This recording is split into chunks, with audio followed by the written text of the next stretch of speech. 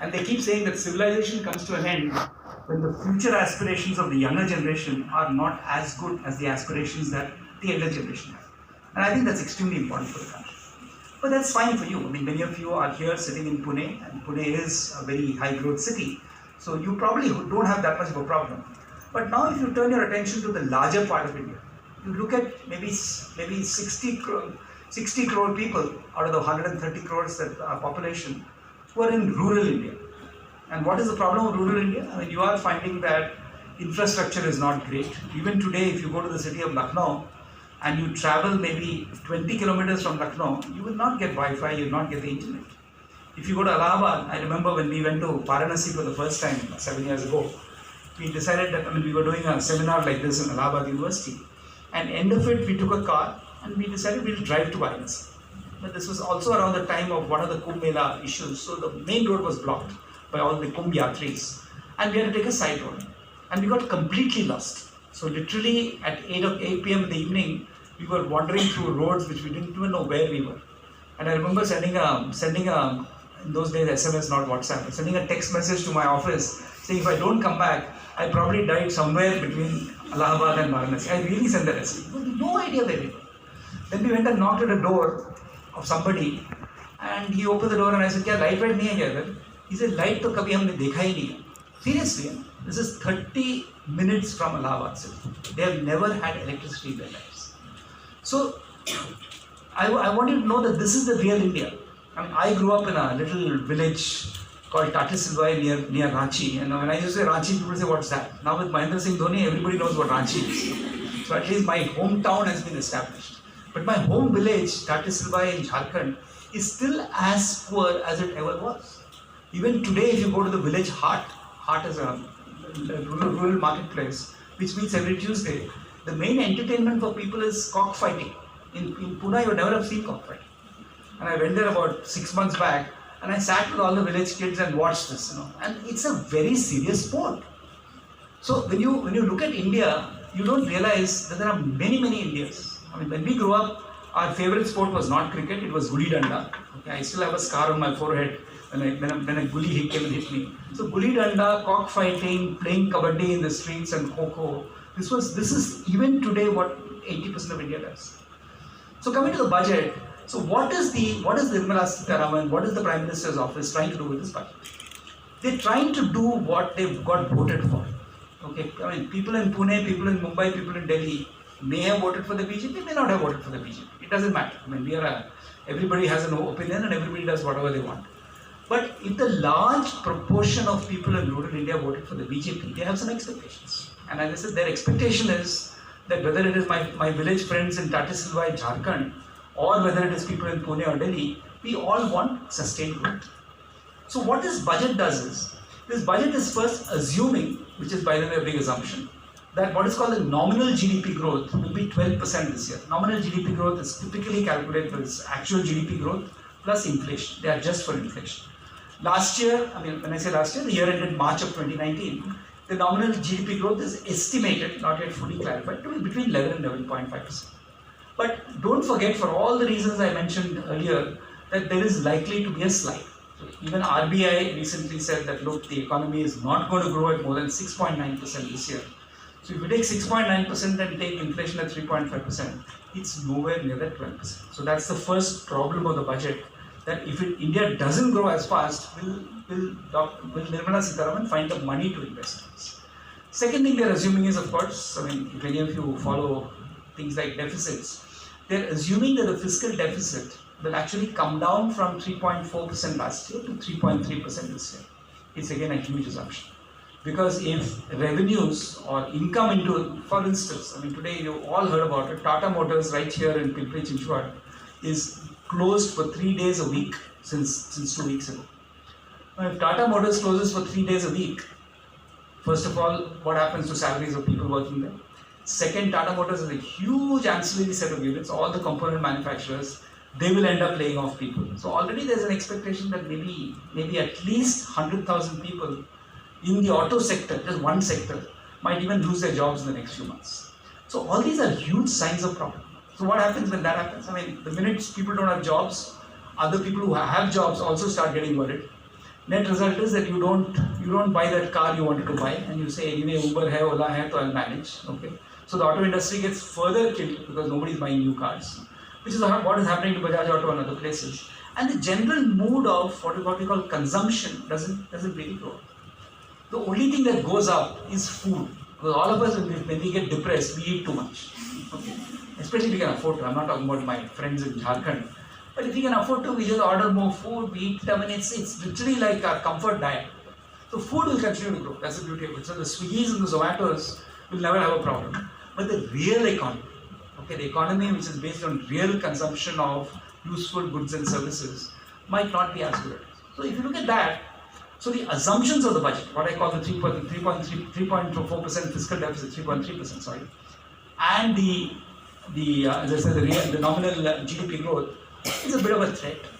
There's also a big environment of disinvestment. I mean, as you know, a lot of our public sector companies are a little sluggish, a little slow in comparison to private sector, and it has always been the government's interest and initiative to make sure that those get disinvested in the sense that there is more private sector investment coming in. A, it gives a lot of money to the government.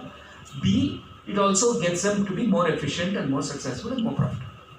The reality, of course, is, I mean, they've been trying for a long time to get Air India off the public sector block. Nothing changes in Air India. Okay, the air hostess still serves you the same lousy food that you always get. Even this morning, one of my friends on Facebook has said, I will never travel by Air India again. So I see this twice a day on Facebook. You know, somebody travels by Air India, never again. So we keep wondering, and I have some very bright people who are stewardesses and pilots in Air India. They're as bright as any of us. So we keep wondering, what is that environment that doesn't enable an Air India to be as efficient, tightly managed as, let's say, an Indigo is. I mean, I used to say all private airlines, but after the disaster of Jet, I don't talk about all private, but take an Indigo, take even a SpiceJet or a Vistara, etc. They're much more tightly managed. Okay? So that's the opportunity. So if disinvestment does happen, it does, I mean, there is a fairly large agenda and they're hopeful that it will happen this year, then yes, some money comes into the coffers. What we don't want, and you use the magic word VG Siddharth. VG Siddharth is a good friend of mine, a person who started Coffee Day. And I'm not going into the merits of it. I mean, there are many pluses and minuses of that story. But the fact of the matter is that in his suicide note, he actually talked about income tax vigilantism, which means that when other sources of income don't come, then the easiest person to target is the honest person.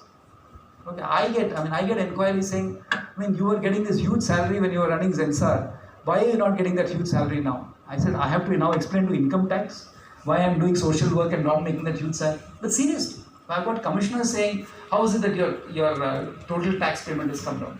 So, this is what they call it. I'm not blaming them. They all have their targets to meet. If you're a tax commissioner and somebody says, look, you've got to collect X 100 crores, you find every which way of making life miserable to make that. So those could be a negative. The other thing that is really a question mark is, if any of you know what NBFCs, non-banking finance companies, they're in big trouble at this point in time. Again, because if somebody is not buying that mobile phone or not taking that 30,000 rupee loan, who are they going to lend money to? That's on the demand side. On the supply side, the banks keep tightening up capital. Okay, so capital availability is so difficult. Even today the RBI has announced some new guidelines for how NBFCs will manage. So effectively, if everything gets tighter and tighter and tighter and tighter, the revenues won't come in. Expenses are pre-coming. The government is not going to be able to control the expenses on salaries or whatever else. So I think that's the issue.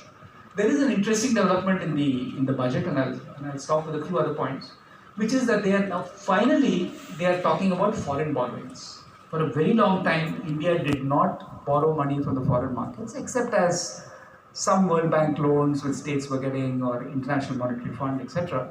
But now they are officially going to go and raise money abroad. There is huge amounts of money willing to come to India. Why are they willing to come? Because let's face it, we are the best middle class population in the world. So in terms of investing in India, a lot of people are willing to do. But investing in growth is something that people are really worried about at this point. So I think broadly speaking, that's the challenges of the budget, and I won't give you my opinions because I think the panel itself is going to talk about it. So keep an open mind. I think the intention is absolutely right. The problems are not of anybody's making, it is unanticipated. So, and of course, one problem they did create was saying that they will do this 47% tax on anybody making over 5 crores and little. So the taxation in India has gone up very substantially. We are probably the most for the affluent set. We are the highest taxpayers today in the world. Now people say, oh, Europe is also paying that, but don't forget Europe has social security. I mean, complete health protection for Europe and Americans is there. They have great infrastructure. Okay, so all that investment has already gone into the economy, whereas India we still struggle. I mean, my friends in America keep asking me, like, in Pune, which side of the road do you drive on? And my answer to that is, look, in UK you drive on the left of the road. In America you drive on the right of the road. In Pune you drive on whatever is left of the road. I mean, my car nearly went into a man-sized pothole when I was going to Mumbai 2 days back. I mean, I didn't know what was happening. So that's the challenges we still live with. But I'm excited. I'm an Indian. I've lived abroad in the US and UK. I still come back and live here. I think it's a very exciting place. And the bright faces in front of me are the inspiration. We are still the youngest demographic in the world. So if we can't make this country successful, there is something wrong with all of us. Okay. So the work I do in the social sector today, the work that Prime Minister Modi is trying to do, all this together hopefully will add up. Two bright signs that we are seeing there. One is, of course, the national education policy, which they've just announced. And my quarrel with the national education policy is that it doesn't place enough reliance on technology. Because today, the world is moving from teaching to learning. And I'm going to tell you this also in terms of your own growth. I mean, I finished my engineering in BIT Ranchi, because I lived in Ranchi. Did my industrial engineering in MITI in Mumbai. After almost 15 years, I did my PhD in IIT Bombay. Another 10 years later, I went into management in Harvard Business School. Now, people think I'm crazy. I mean, why would I do that? Why would I keep studying? The point is, if you don't keep reinventing yourself, so don't think that you will finish swims and you will graduate and get a job. After that, all the books will be in the dustbin. It's not going to work. My favorite author is this gentleman called Noel Harari. If you read one book in your life, or read 2 books. Read his first book, it's called Sapiens, which is a history of the last 2000 years. Then he wrote a second book, which to my mind is a masterpiece. It's called Homo Deus, D-E-U-S. What is Homo Deus? I mean, Homo sapiens are all of us. He's saying the future is going to be the Homo Deus generation. And he calls that book the history of the next 100 years. It's very fun, history of the future. But he's actually predicting that. He's predicting that jobs will change so fast that anybody who thinks they're in a successful job today has been trained by swims, etc., 15 years later you'll be obsolete. So you have to keep learning those new skills, and again another 15 years later you'll be even more obsolete. And the other problem which he rightly points out is 2 things. One is that he says that, look, medical technology is advancing so fast that all of us will live forever. Which means you can almost choose whether you want to live to 120 or 150, like the Japanese are doing today. And there's so many people above the age of 100 in Tokyo and Japan. Now that's good news, isn't it?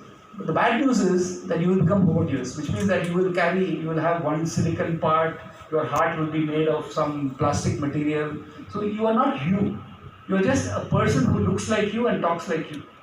But you still have to learn. Because the 2 problems of living to 150 years is, first you got to stay healthy, not easy, and then you got to keep learning. And third, which is more facetious, he says that you also have to continue to look good, because no partner of yours will stay married to you for 100 years. You better start worrying that, in your case, your husband, but in my case, my wife, you're not going to put up with me if I live to 120. So with all these happening in the future of the world, imagine what needs to be done to build prosperity of nations. So that is my quarrel with the education policy, that we're not placing enough reliance on ongoing learning. So my only submission to you is, while you get the best education here, just keep learning and keep yourself abreast of what's happening. And finally, and I'm going to stop with that, and Harari says the same thing in his book, that there are going to be 2 quests that the world will, or everybody will continue to go. One is the quest for immortality. As I said, lifelong, I want to die when I want to die, and not when something happens. And the second is the quest for happiness. This is why I started off by saying, please smile. Because the world is too small for all of us to go around with grumpy faces. Okay, today it's not even raining, so you won't even have a problem going back home. So I think some happiness has to come into all of us. And if that's why if we master the quest of ongoing learning, we master the quest of being happy. Being happy that we are Indians, being happy we are in this country, being happy that we have a strong Prime Minister, being happy with an optimistic budget that can be met. I think we will all make the world a better place. Thank you very much for listening to me. Thank you.